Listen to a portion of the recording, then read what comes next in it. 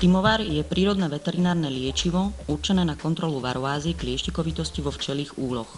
Aktívnou zložkou timovaru je timol, látka, ktorá sa prirodzene vyskytuje v rôznych rastlinách, ako napríklad tymiáne a lipe.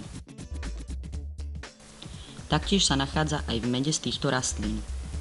Použitie timolu proti varoáze v organickom chove včiel povoľuje smernica Európskej únie vydaná 18. apríla roku 1999. Pred zahájením liečby odstráňte všetky plasty s medom. Odporúča sa, aby sa čas krmenia pred zahájením liečby odstránila, ak to okolnosti a počasie dovoľujú.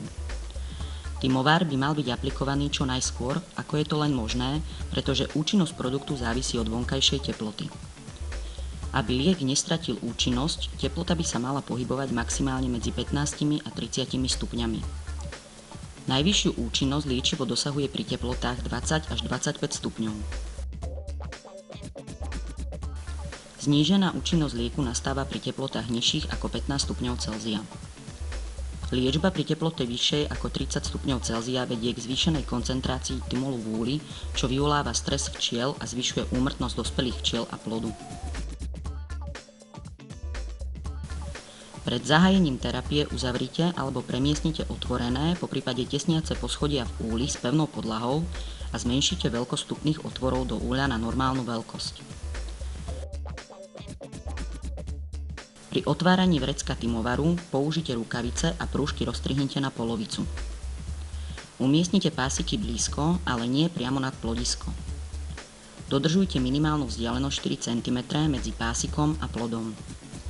Veľkosti dávok závisia od typu včelieho úľa. Pre úľ typu datant sa odporúča 1,5 pásika. Pre švajčiarske úle 1 pásik, do jednokomorového úľa stačí 1 pásik roztrihnutý na polovicu. Do dvojkomorového úľa je potrebné dať 2 pásiky umiestnené v hornej komore. Uistite sa, že priestor medzi pásikmi a vekom je aspoň 5 mm, aby sa timol mohol voľne odparovať.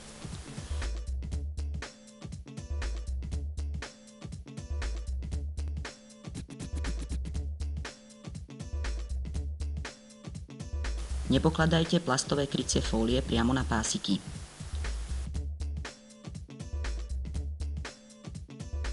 Po 3 až 4 týždňoch odstráňte vyprchané pásiky a nahradte ich novými na ďalšie 3 až 4 týždne. Celá liečba trvá 6 až 8 týždňov. Podľa okolností je možné ukončiť krmenie medzi 2 aplikáciami.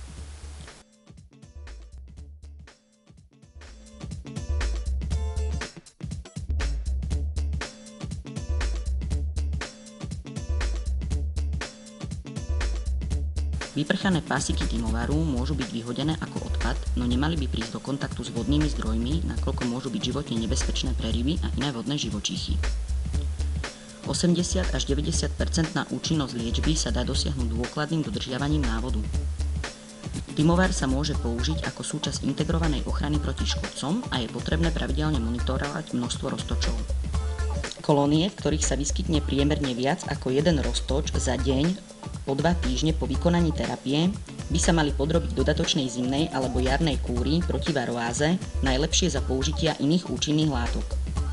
Nepoužívajte timovar pred alebo počas zberného obdobia včiel.